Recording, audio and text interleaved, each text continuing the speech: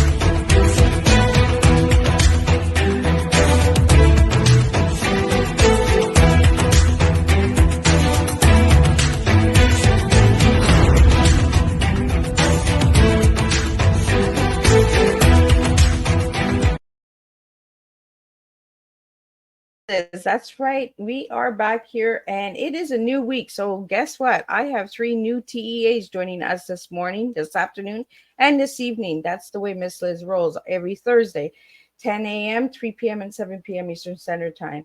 So check that out. If you haven't subscribed to the YouTube channel, you can go ahead and do that. Ring that little doorbell and you're going to be notified for every tea time that goes live and get that notification in your mailbox. So I want to thank everybody for tuning in. And I want to thank everybody for pushing me through last week when I was a little not myself. So I really want to thank everybody for that. But today I have the incredible Laurie Condon here, who is a sales director, blogger, author, personal trainer. But we're going to take a little twist. You've seen the video of global media, but we're going to do a little something different because you see, I always get the guest in a little early, and we're going to talk about her book. So, and we're going to bring some awareness to an illness that I just found out about. So, we're going to talk about that this morning. So, if you have any questions or comments, leave them in the comment section or send them directly to Miss Liz. You know how it works. Miss Liz likes to keep everybody safe and protected. So, let's get started. So let's do the disclaimer, the bio, and let's get Laurie in here and let's spill a good TEA with you this morning. Disclaimer for Miss Liz's Tea Time live show. Miss Liz myself is going live using StreamYard. Before leaving a comment, please grant StreamYard permission to see your name at StreamYard.com. Please be advised that the content brought forward for any Tea Time show hosted by myself, Miss Liz, is always brought forward in good faith. However, may bring forth dialogues and opinions that are not representative of my platform. The facts and information are perceived to be accurate at the given time of airing. All Tea Time guests and audience participants are responsible for using their good judgment in taking any action that may relate to the discussion. The content brought forward may include discussion for some where they may be emotionally at risk. It is significant to know that this show is engaging in discussion forums only to offer and inspire awareness and connection and is not providing therapeutical advice. If you have any questions and disclaimer or the panelist discussion, you may freely contact me, Miss Liz, through my email at bookingmissliz@gmail.com. Moving forward, should you choose to voluntarily participate in this show in any aspect, I myself, Miss Liz, welcomes you. And should you decide that the show is not made for you at this time, I respect those wishes and will see you at a later show at a later date and time. And again, all tea times this year in 2023 are done on a Thursday, unless it's a surprise tea time or a rescheduled tea time that's done on Monday or Tuesday. So now a little bit about my guest. So Laurie Condon is a sales director at a global media company. She has been writing articles and blogs for 3 decades. Her first book, Keeping Fit on the Run, was purchased by a company for their sales team.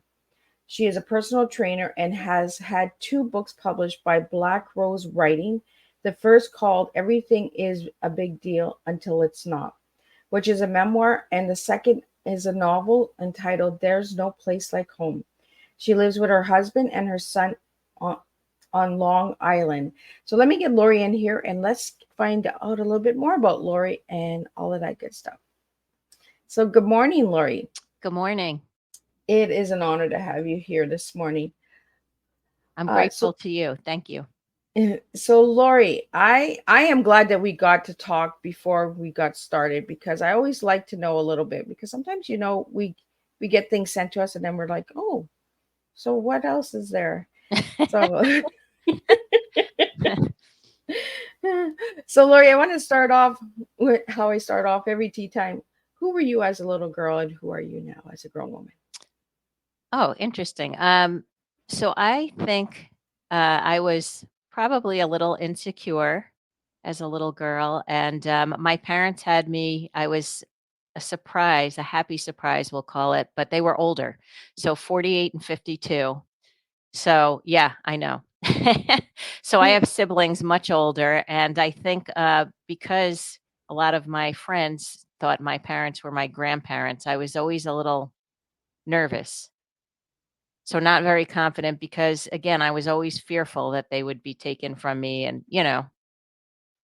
that makes sense. Well, that there's just more and more surprises coming to Oh, the there's a table with lot. you. I'm glad you have an hour. Yeah. We have an hour. Uh, so, Laurie, we do have a question here for you. Yeah. I'm going to get into it right away with this question because I want to get out of the way and then I want to get. So, they want to know the global media company. They seen in the video that you work with global media. So, is there a name for the company that you work for? Yes, it's called the Channel Company, and it is a technology company. So bringing technology around the world. So big companies like your typical Dell, IBM, that type of tech. Oh, so you're a techie girl. No, I'm a media girl. So I actually communicate all the messages that the tech companies want to get out to. It's called the channel, which is not consumer, it's kind of business to business. That's pretty cool. You hear global media and right away you think, right? Oh, they're techie. They understand technology. Yeah, no, there's a certain point that I'm like, above my pay grade. But what's fascinating is when I did start 30 years ago, it was a magazine only. And now it's conferences, it's social media, it's web, it's virtual people, virtual conferences. So it's really evolved. It's amazing. So you're talking about magazines. So let's get into the writing because you started writing at a young age. Yeah. So how young were you when you started? I'm going to say my early 20s, if not before. So what got you into writing? Um, so I had an eating disorder for the majority of my adolescence, and part of my recovery was trying to find other people that could make me accept getting over the other side. So I wanted to be normal. I wanted to start eating again. I wanted to find a way to balance and live in the world. And I needed to reach out to people to validate, because I think one of the hardest things when you have an eating disorder to get over is when you're not living in it anymore and you're changing and you're all of a sudden going back to being like everyone else, you sort of feel like you failed. Even though it's a recovery and you're really making yourself better, it's a hard thing to grasp because I was very good at starving myself. And that was what I kind of identified with.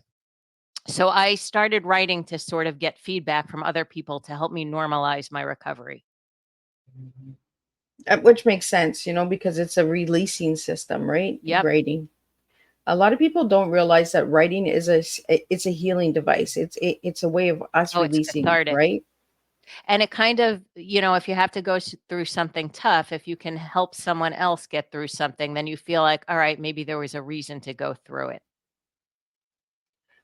So, Lori, I want to ask you, the Black Rose writing. Yeah. How did you find them? So my first book with them is called Everything is a Big Deal Until It's Not. And that was a book about me coming to terms with turning 50, which I still haven't accepted. And I've been 50 for a long time. 50 plus for a long time. But again, it was the same way that I wanted to put it out there and say, hey, how am I no longer young? How are these things happening to my body? Can someone help me accept this? And I did not want to self-publish again. So my first book, Keeping Fit on the Run, was self-published. I was very lucky. A company bought them all, but it was a big out-of-pocket expense, and I did not want to go that route. So with everything is a big deal until it's not, I gave myself a year. And I was going to write a query letter, which again, as I was doing this, if I knew all the steps it took to write a book and get it out there, it's a lot of work, which I didn't know, which was great that I didn't know. So I wrote that query letter every day. And after 4 months, I had 2 offers, and one of them was from Black Rose. And it's been a great marriage.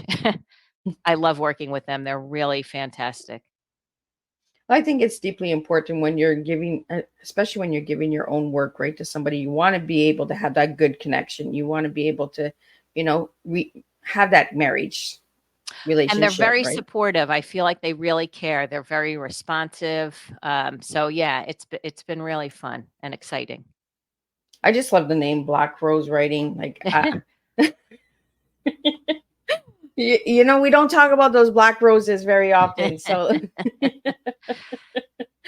I think it would make a good title for a book, Black Roses. So I want to get into the first book that you wrote. So you said everything is a big deal. Until it's not. Until it's not. And that's a memoir. So do you want to tell us a little bit more about that? Yeah. So I'm going to make a long story short. I started a book club. No, I was invited to a book club. I want to say about 8 years ago. And I was really excited. I felt like I was getting into a sorority. I mean, I was ready. And it was over this book, Me Before You, Jojo Moyes. And the book I loved. I couldn't wait to talk about it. I was all excited, couldn't wait for the meeting. And then I got uninvited because there was too many people. So I was like devastated. I blew it off and I'm like, no big deal. But I came home and I was like, I can't believe I'm not invited. So I have a very competitive spirit. And I'm like, you know what? I'm making my own book club and I'm going to invite some authors and they're going to come to my house and it's going to be better than any other book club. So I did do that. I contacted an author, Jane Green, and I said, how much money for you to come to my house? And she said, I'm not coming to your house. So I said, okay, that makes sense. You don't know me. I'm a stranger and etc. But she said, I will Skype in.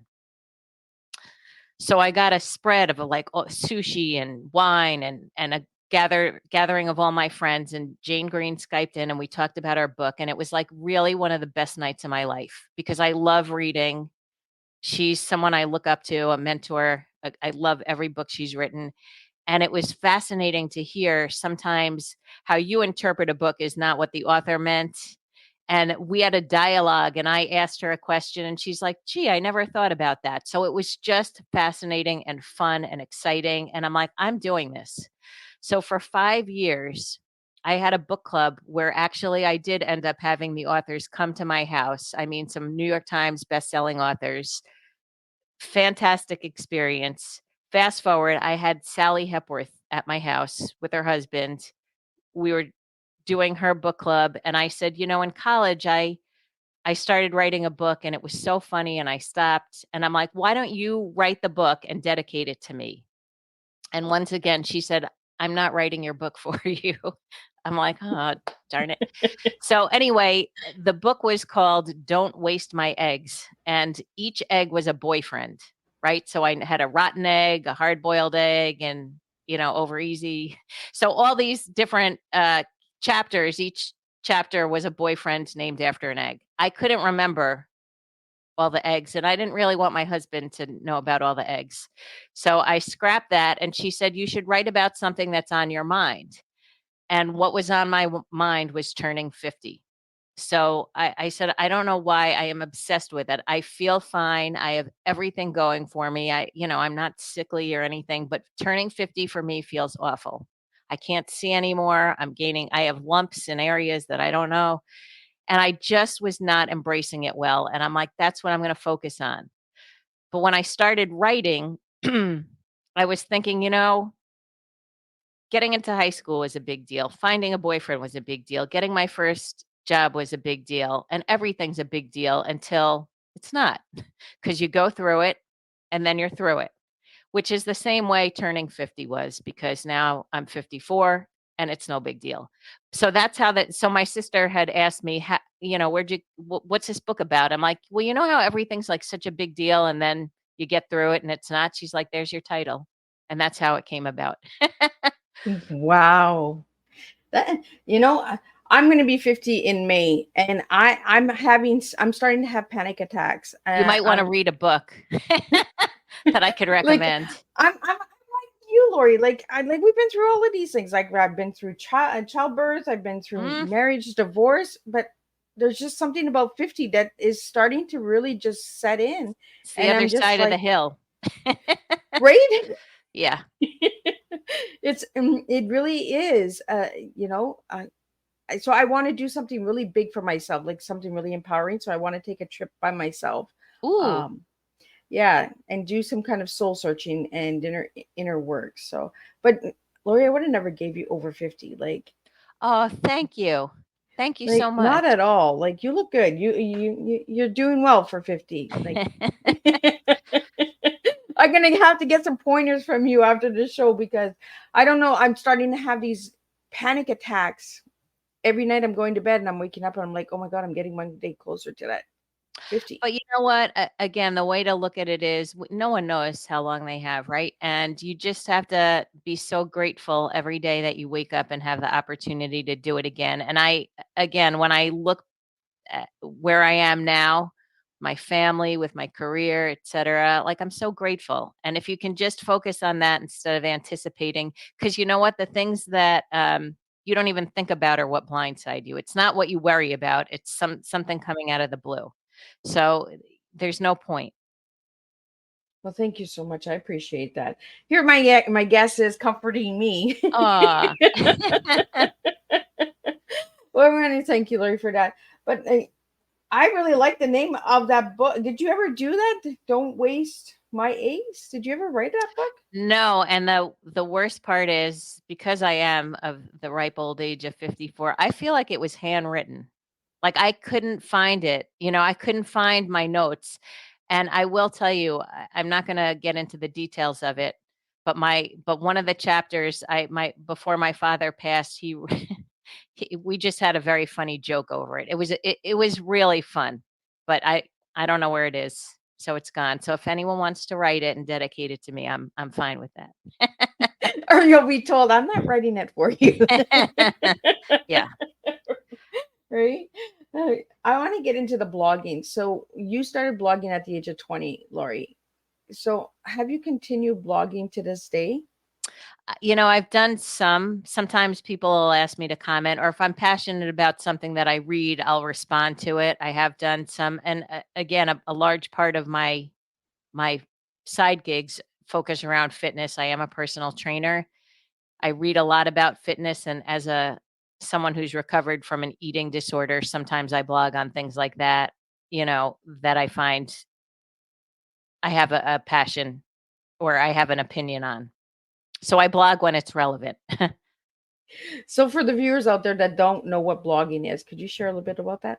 Yeah, it's a kind of like it's a short type of paragraph or a response to something that someone's commented on, or if you have an opinion, it's like an op-ed type of opportunity to respond to something that you've read. Awesome. So what's the difference between blogging and article writing? I think blogging is a little shorter, in my opinion. Usually there's more of a plan, I think, behind an article, like a little more research, but blogging is just like kind of, it's almost like a dialogue, I think. To like a conversation. Yeah. Oh, that's pretty cool. So I'm learning so much as we're speaking this morning too. And thank you for the questions, guys. I really appreciate them. Um, so I want to get into the first book that you wrote, because we jumped into the second one, but your very first book that you wrote was Keeping It Fit on the Run. So how old were Yeah. you when you wrote that one? It was 2003, like around 32. 32. 32ish. Yeah. So I'm a salesperson. I sell media for that global media company. And with media sales, there's a lot of travel. And as I mentioned, I've had some struggles with my weight in terms of excessive dieting and then excessive exercise. And when you travel, or at least when I travel, it throws me out of my routine, which makes me very uncomfortable. So the way I solve my problems is through writing. So I decided to write a book called Keeping Fit on the Run. And it was kind of a guide on how to eat healthy and get your exercise in when you're traveling and your schedule is not routine. So the book itself is spiral bound. It opens, so it folds open, so you could take it in your hotel room, put it on the floor, open it up, and do the exercises in it. Oh, And it has a hotel room workout, and it tells you how to order off a menu and gives you basic facts about nutrition and things you might not know have hidden calories, et cetera, and how, drinking is fattening and all those good tips. so how did you come about writing that one? Because I had to deal with it. So I was traveling and I was very anxious about it. I was like, I don't like not having my routine. I always get up, have coffee, exercise, and start my day. And sometimes the meetings, there's breakfast meetings. So maybe the gym wouldn't be open, or maybe the menu didn't have egg whites and whatever. So I needed to have a plan. And this helped me feel organized and having a way to navigate my own travel. So Well, it thank. seems as I use my writing to sort of validate my anxieties. So you talked about having an eating disorder and anxiety. So Lori, do you have tools and tips out there for anybody who is going through that right now? Yeah, I mean, again, the hard thing about having an eating disorder is you have to eat your entire life. So it's not like you can give it up like other coping mechanisms. And the hard thing is there's a lot of fast foods out there because we're in a very fast-paced society, and a lot of misinformation on labels and deceiving, practices out there. I'm not a fan of the craze with the Ozempic. I don't want to get into, that's not my expertise at all, but like everyone wants a quick fix. Yep. So it took decades for me to get over learning how to be comfortable with food. And again, I sort of am very extreme. So after the food thing, I was like, okay, I can eat, but now I'm going to exercise to an extreme. And so I had to find balance there. So it's kind of as you get older. So one of the things that's great about getting older is you find peace with resolving all these issues. So now I balance my food, I balance my exercise, and I'm sure I have some other thing that I'm obsessed with now, but I don't really know what that is. Maybe I work too much. But that's what they say, right? When you have an addiction to something, is when you handle that addiction, you go into a different addiction, Yes. right? It's known to do that. It's that addictive mindset, Yep. correct? Yes. So again, the advice I have is to just try to be kind to yourself. And it's funny as a trainer, as different roles where I get to give advice to people, I'm like, man, if I would only take my own advice. I'll say, don't be so extreme. Don't be so hard on yourself. Yet am negative self-talking. So sometimes you have to listen. Yeah. It's that mirror, right? We got to look at the mirror and say, "Oh, what I'm saying, I have to do." 100%. Yeah, we don't talk a lot about the mirror. A lot of people are scared of the mirror. There's an exercise when I was in one of my groups where we had to hold a mirror and look at it and actually tell them what we seen when we looked in the mirror, and I couldn't do it. Yeah. I was just like, "Nope, I'm not doing this." I wouldn't want to do it. Because I seen this ugly monster. Like I was just like, because I had gone through so much abuse and trauma and that. So I was just like, nope, not doing it, not looking at it. But years later, the mirror is one of my routines that I do daily. Every time I go to the bathroom and I wash my hands, I look in the mirror and I'm just like, you got this. Okay, you're in pain, but be grateful for the pain because somebody else doesn't have that pain, but you have that pain. There's a reason and lesson behind it, right? And then I started buying markers where you could write on the mirror. So when I would go in, I'd be like, oh, who wrote on the mirror? Oh, yeah, that was me. So it was just like keep the humor going, but also talk to the mirror because you shouldn't be afraid of yourself, That's really really good self-care. advice. Yeah. So I want to get into the book because we talked about it before we went live about this illness that you share about in your last book. And you do have a hard copy. So if you could hold it up so the viewers could see that. Um, so let's get into that book. And that book is called There's No Place Like Home. I like that. I like the name, Thank you. So the book is based on something that actually did happen in my life. And I thought it was such a fascinating story. I wanted to share it. My husband was adopted and decided to see if he could find his biological family. And he signed up for ancestry.com, thinking, hey, maybe we have a sister, maybe we have some more family out there, which we both, I have a very small family, so I welcome anyone who wants to join. And he got a response, I think it was months later, from a half sister who said, I think we share the same father. And it was so exciting. And we were thrilled to learn that we had, more family. And then one of the things when you're adopted, you go to doctor's appointments and the doctors say, is there any medical history I should know about? And he would always have to say, I don't know. So he asked his half sister, is there anything I should be worried about? And she said, yes, you have to run out and get genetic testing. Our father had a gene called Leishmani syndrome. And if you test positive for the mutation, you can't suppress cancer.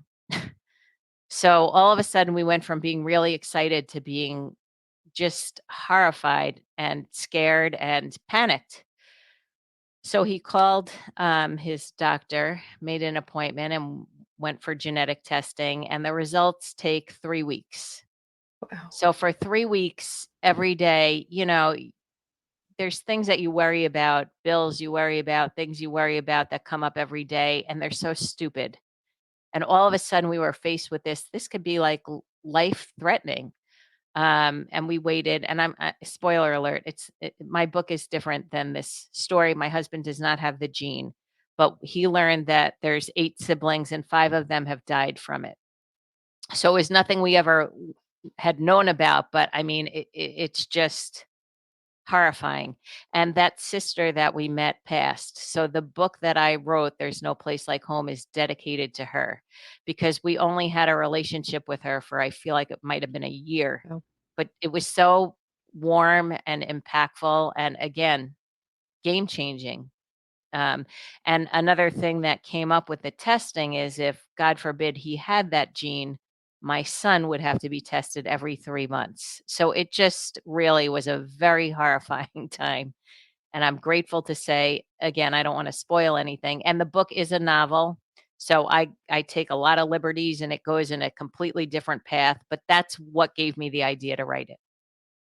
Well, like you were saying before we went live, is a lot of people thought it was your story, right? Like it was Oh my like God. Yes. So the female character in the book gets involved in she's having a midlife crisis and her friend gives her some drugs.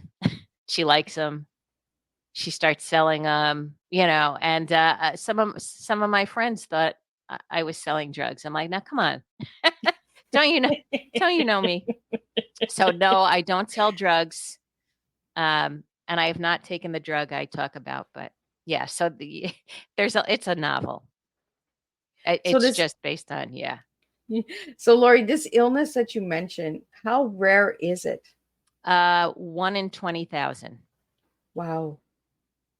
So and you said that you found out because of ancestry that your husband had. Ancestry.com. Yeah, so he swabbed his cheek and sent it in and found that his half sister, and that they had shared DNA and was able to trace back. But in this one particular family of 8 kids, 5 of them had it and lost their battle.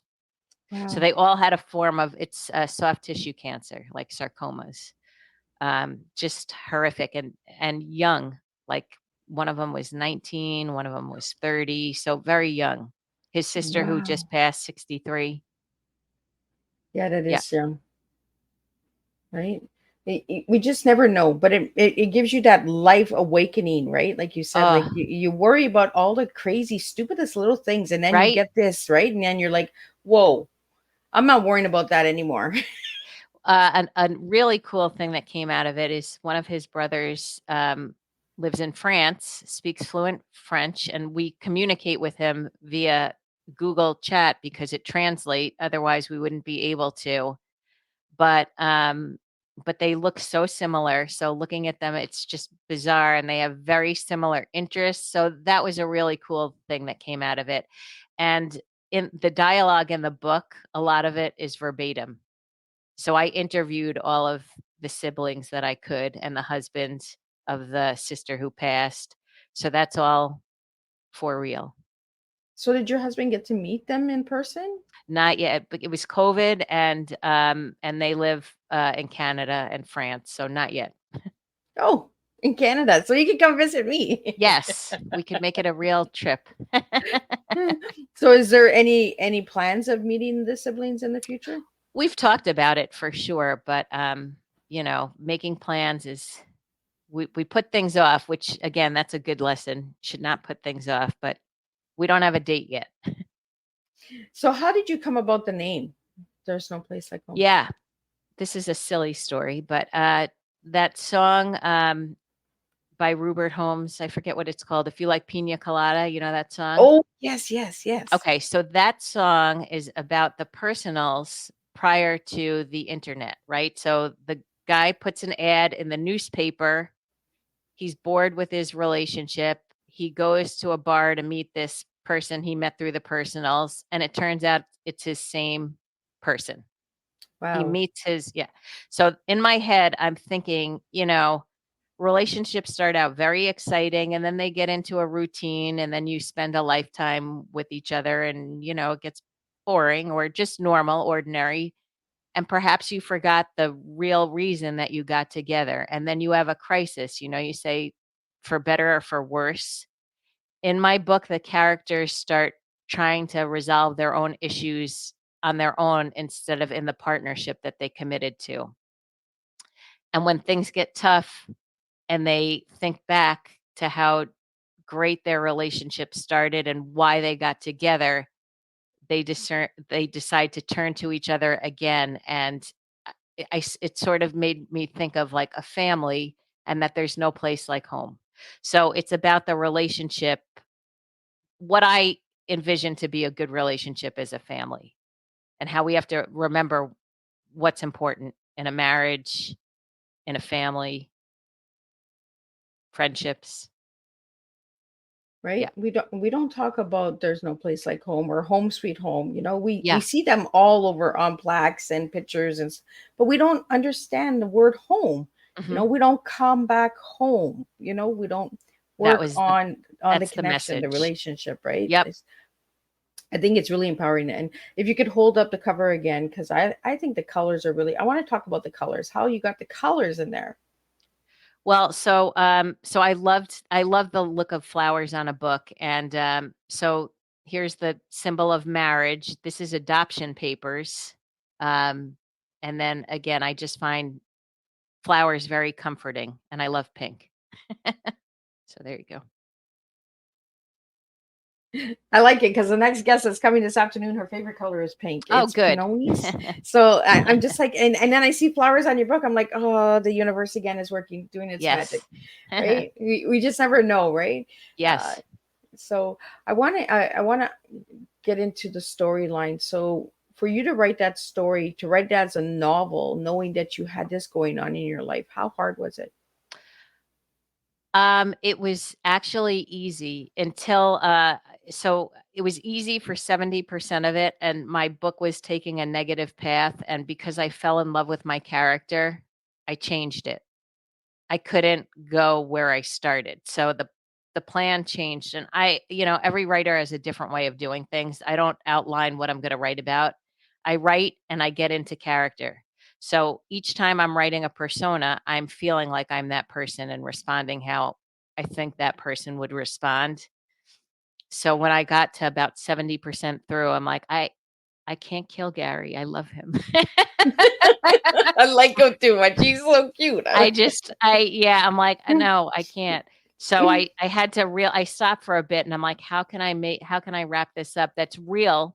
So it's got to be realistic. It's got to have a storyline that makes sense. But again, I wasn't ready to get rid of him. So is Gary like your dream guy? Like, Gary is sort of like my husband. I mean, so when I write it, like I write what I know. yeah. So some of the responses are how I think my husband would be, which 20 years later, I still feel like there's no place like home. I'm married 20 years, 19, but I would do it again. Same guy. Well, it's always nice when we can add our family members in, right? But then it's like you said, 70%, then you're like, "Ooh, I can't do this." Yeah, I was like, that is not a good path. That's gonna make me really sad, and I didn't want people to I mean, there's sad parts in the novel, and again, there's real stuff in there that happens to all of us. We all have no one has it perfect. We all have our situations, but it's kinda your coping, how you get through them, that determines how you're gonna come out the other side. So, by writing this book and by finding the siblings on Ancestry, what else have you learned about this illness? Well, there's just nothing great about this illness. There's no cure. So, I mean, if anything, what I thought was really interesting is his half sister's children did not check if they had the gene. And I was a little judgy. I'm like, of course you should check because you can do preventative screenings. However, my mother had Alzheimer's for 15 years, and I have not gone to check if I have the gene because if there's no cure, I don't want to know. So I kind of was hypocritical when I was making that, like, how could you not check? But I don't want to know because I don't want to live every day waiting and I still do. I test my memory. I'm like, who's in that movie? Name 3 actors in The Breakfast Club. I do that every day. I try to test myself to see if I'm, But it goes still, back to that mirror, right? yeah, It's we judge something that we don't understand, but then when it comes back to us mirroring yep, it, it's like you said, hypocritical, right? But it's scary. It's yeah. the unknown. Can I have it? Do I want to know if I have it? And it's I like don't you wanna said, know. if there's So no they don't cure, wanna why know, do I I don't want wanna to know, know. right? Yep.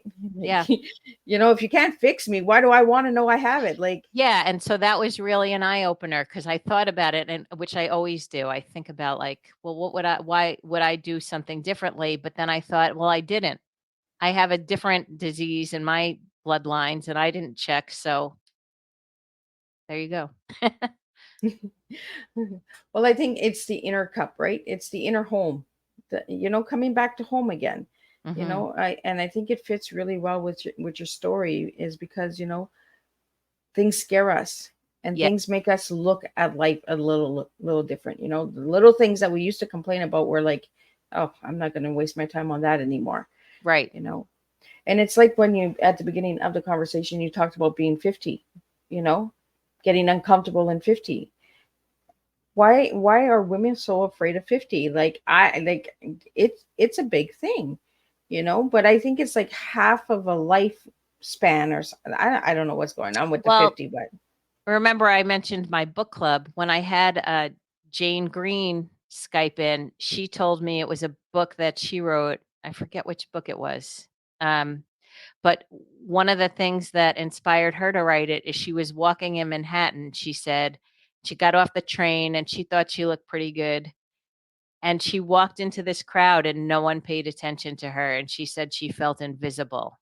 And I think that's something that we feel as we age, like we're not the center of attention maybe anymore, or however that feeling is of just being invisible. And I think that's kind of and then we don't really treat our elders very well if you look at the culture.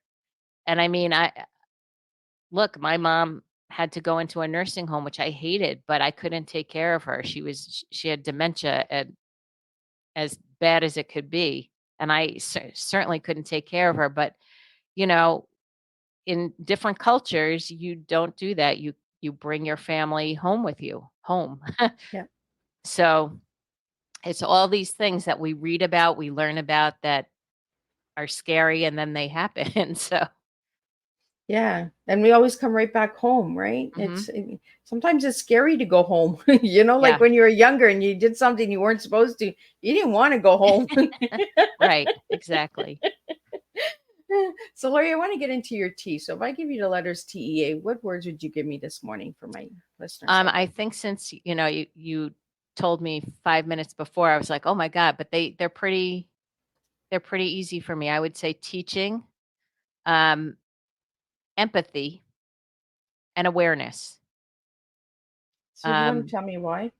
yeah, I just think that, again, I've always tried to take something bad that I've been through and turn it into an opportunity to help someone else.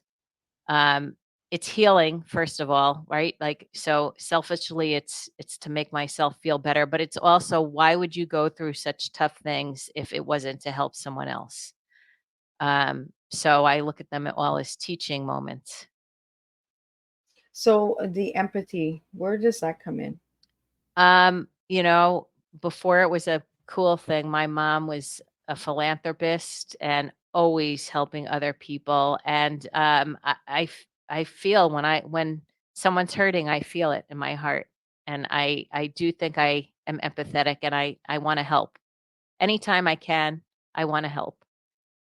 So And and the books are for the awareness. they're multi reasons. So they're cathartic. So they help me get out my anxieties. I don't like to hold anything in. If I have something on my mind, I do not hold it in, I get it out. If I feel anxious about something, or if I'm angry about something, I do not bottle it up. I get it out. I think that's a cancer.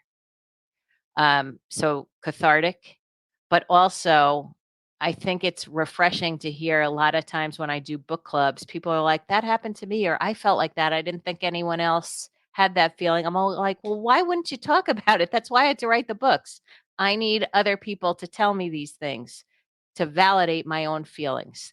So I think that I put it out there because I want to, number one, validate my feelings, but I want other people to realize that's how every human being, we're all the same. I mean, we may have different, paths, but we all have the same innate needs and feelings for the most part. Right?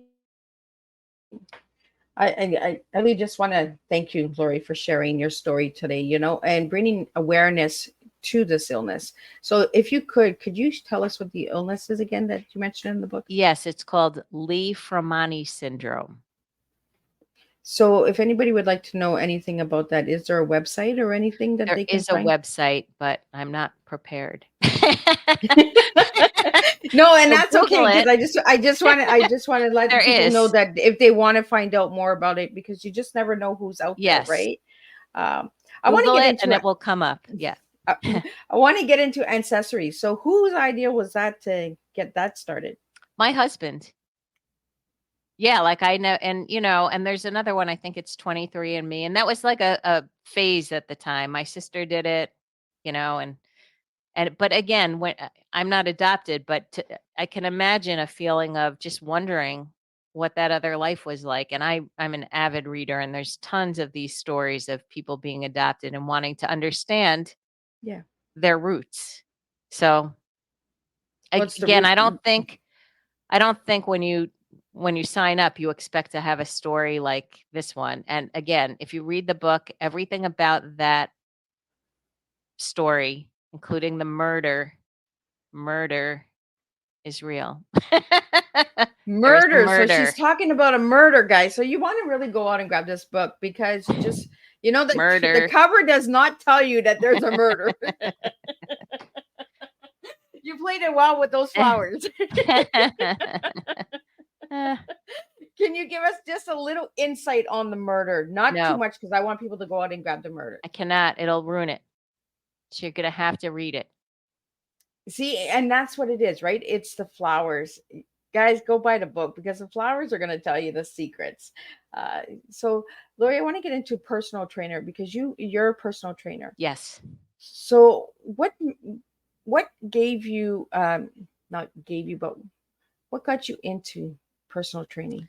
My eating issues. So when I was recovering, I was like, how am I ever going to be able to eat like a normal human being again and just allow myself like um so there's a whole education about food, and I had to really train myself to think, and I'm a foodie, so it stinks to have an eating disorder and be a foodie. Like when I eat, I really enjoy food.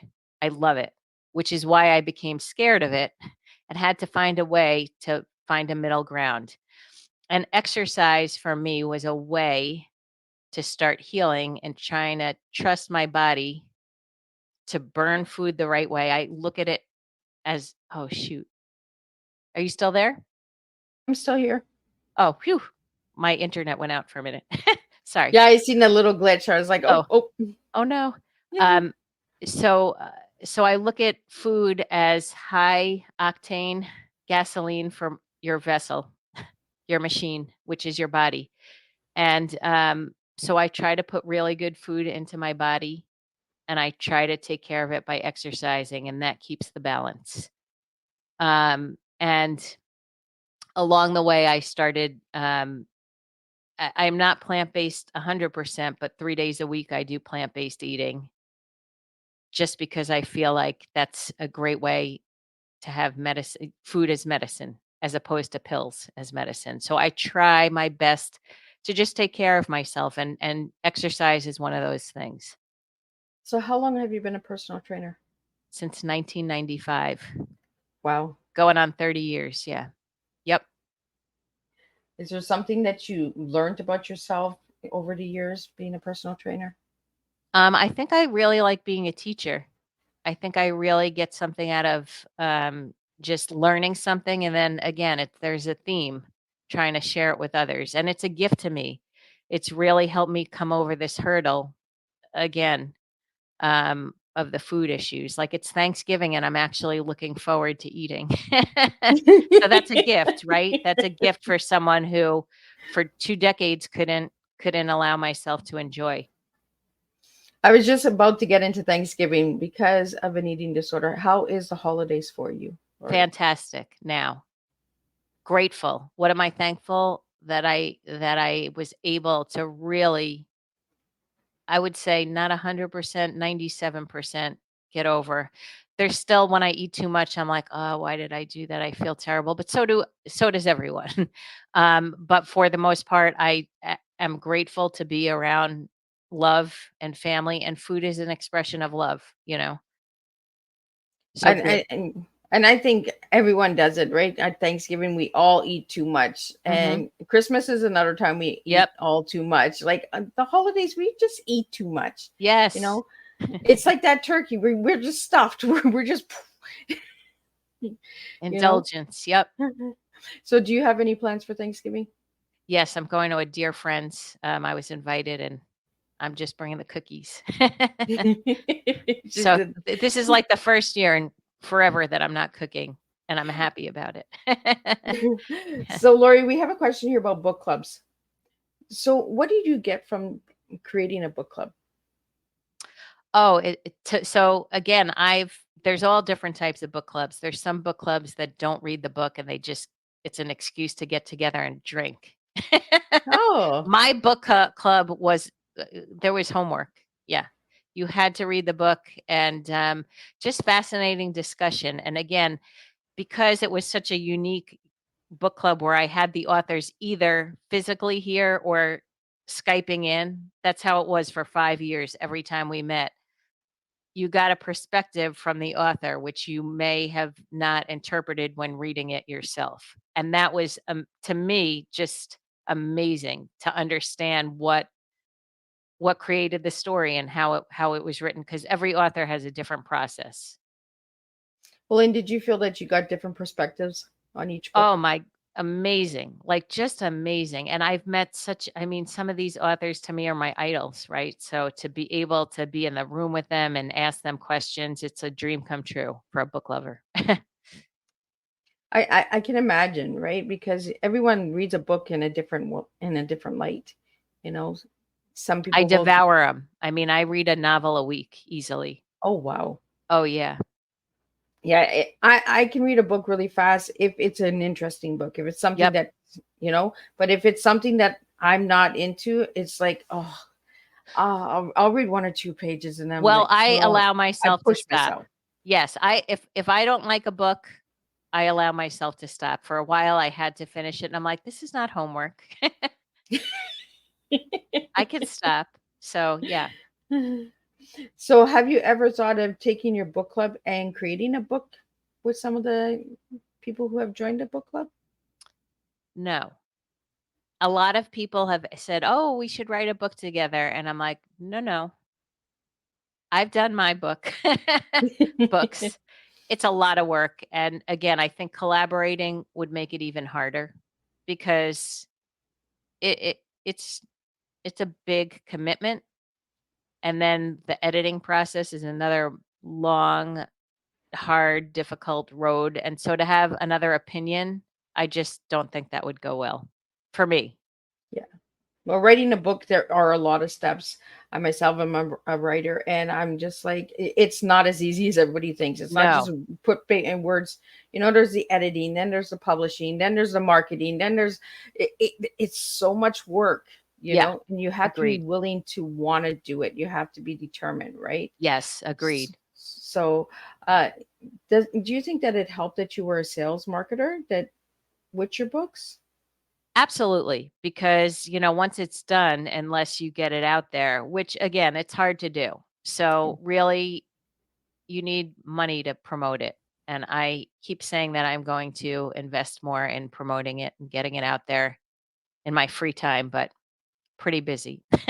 But it is a goal, and again, I just need someone very influential like you, Miss Liz, to get it out there. Well, we're going to do our best this morning to out there. And for all the audio listeners out there, if you want to see the video and you want to see the cover of the book so you can find out a little bit about the murder with the flowers, The murder. go to the YouTube channel and check that out. And you can see the video there. Or check out the Spotify. It's also video there. But the Hmm. rest of the platforms are all audio. So for the audio listeners out there, what message do you have for them about your books? I just hope you get something from them, that you take them with, the intent. It's just my story, and everyone has a different way to interpret. But I just wanted to share. I want to be honest, and I think by being vulnerable, that's how we connect in the world. To show that there's all these pretty pictures and all these facades, but people are human and have things, idiosyncrasies, and we're all kind of similar. Absolutely. And everyone sees things differently, different perspectives. You might see a blue as a sky or blue as water. So I'm talking about blue because your favorite color is navy blue. So why navy blue? I don't know, I just love it. And I am a Yankee fan, but I think navy blue came first. I don't know. And Sorry, actually, and I'm Yankees. wearing it, and this was not planned. Yeah. And I just like to slide those in, like, like the colors of blue and sky and water and all that. It's because colors resonate with us, right? And like you said, Yeah. it's before the Yankees. So, uh, I don't know. It's very warm to me. and I asked you one word to describe yourself, and you gave me tenacious. Tenacious. So why that word? Um, because even though things are intimidating to me, I always just go for it and I say, why not me? And that's just how my mind works, which is apparently not how everyone thinks. But I always just think, why wouldn't I try? So I guess that's tenacity. I love, asking that question to my guests because it tells me a lot about them, and some people struggle with one word. They're like, Miss Liz, that's a really hard one to answer. because we always feel like we want to tell the person what we think they want to hear, right? But I'm asking you to self-reflect. It's going back to that mirror, coming back home. What makes you who you are, right? And I love the way that you flowed your story and told your story this morning with all of the listeners out there. So, what final message do you have for everybody out there? Just be kind. It's a really hard world right now. Just help each other and try to be compassionate and pay it forward.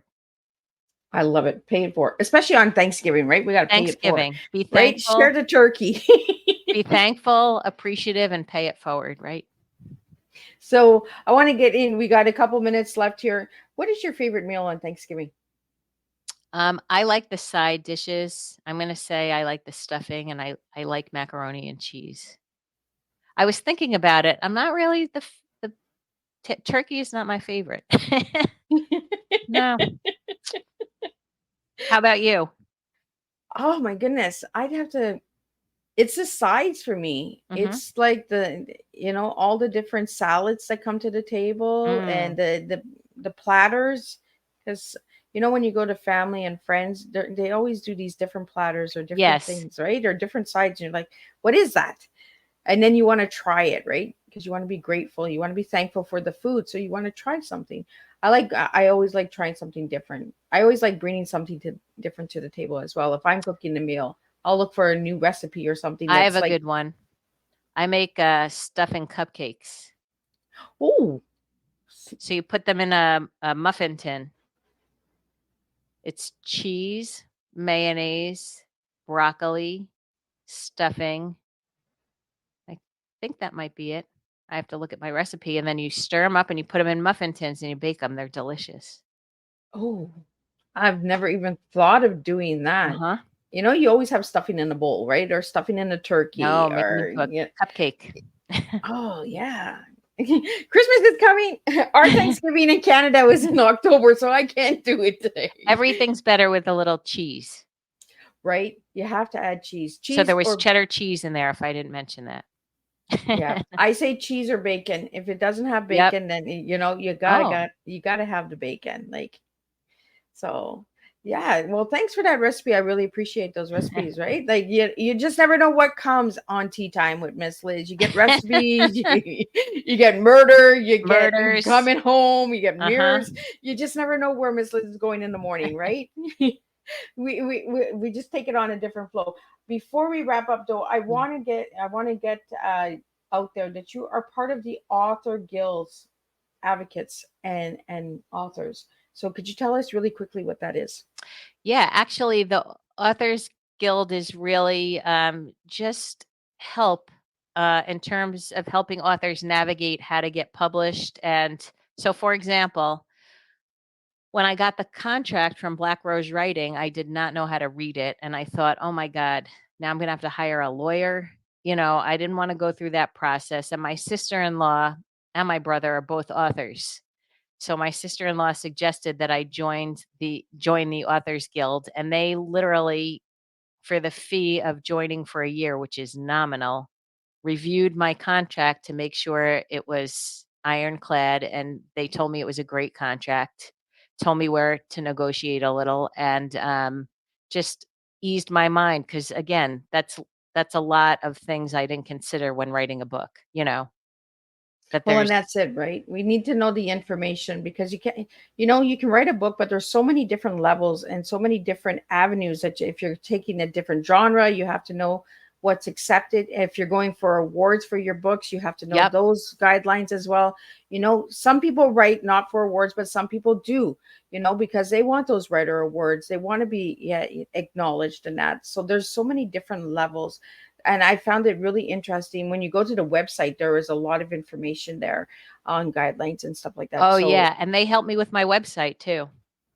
oh, and it's awesome. So, everybody check out your website. So, Lori, if you'd like to read it out for the audio listeners out Sure. there. It's www.lauriecondonauthor.com, and it's Laurie, LaurieCondon, lauriecondonauthor.com. Thank you so much. And it was a real pleasure having you today on Tea Time. And I will be back for the second Tea Time at 3 p.m. Eastern Standard Time with Claire Kumar, who is inclusive, diversity, productivity. We're going to talk about all that good stuff. And we're going to talk about some hot pink. So, like the flowers that were on Laurie's book, we're going to take it into the afternoon show. And that's how we roll. And I'll see everybody at 3 p.m. for the second Tea Time of today. Thank you.